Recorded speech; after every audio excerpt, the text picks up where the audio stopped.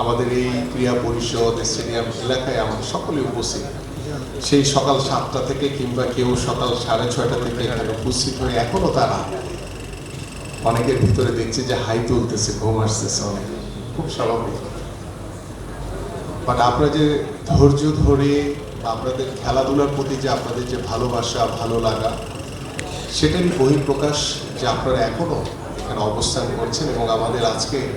এই আলোচনা সভার পর আমাদের জাতীয় ক্রীড়াবিদ যারা রয়েছে তাদেরকে আপনারা সংবর্ধনা জানাবেন, সম্মানিত করবেন।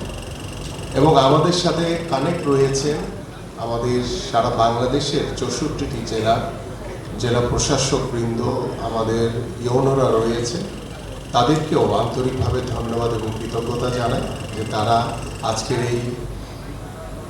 জেলা লেভেলেও তারা র্যালি করেছে। আজকে আমাদের এই অনুষ্ঠানের সাথে তারা কানেক্ট হয়ে আগামী বাংলাদেশের ক্রীড়াঙ্গনকে সর্বোচ্চ গুরুত্ব দিয়ে আমাদের মাননীয় প্রধানমন্ত্রী জনাব তারেক রহমান, পাঞ্জাবের জগতে একটি বিশ্বস্ত নাম শাবাব এথনিক ওয়্যার, যেভাবে সাজানোর নির্দেশনা দিয়েছেন এবং সেই সাজানো আমরা সকলেই, আমি যেমন দায়িত্বশীল জায়গায় রয়েছি এবং আপনারাও আপনাদের স্ব ক্ষেত্রে দায়িত্বশীল জায়গায় রয়েছেন, আপনাদের সকলের সহযোগিতার মাধ্যমে আমরা বিশ্বাস করি যে আগামী বাংলাদেশে একটি ক্রীড়া বান্ধব শহর, ক্রীড়া বান্ধব দেশ হিসেবে, ক্রীড়া বান্ধব সমাজ হিসেবে আমরা গড়ে তুলতে পারবো সবাইকে নিয়ে ইনশাআল্লাহ। প্রিয় উপস্থিতি, আমি যে বিষয়টি নিয়ে প্রথমেই শুরু করতে চাই যে ক্রীড়া হলে পেশা, পরিবার পাবে ভরসা।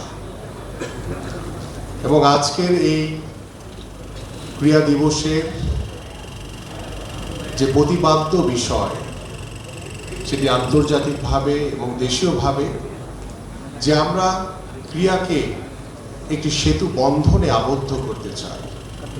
এবং সেই বন্ধনের মাধ্যমে আমরা সকল বাধা বিপত্তিকে অতিক্রম করে আমরা আমাদের কাঙ্ক্ষিত লক্ষ্যে পৌঁছাতে চাই।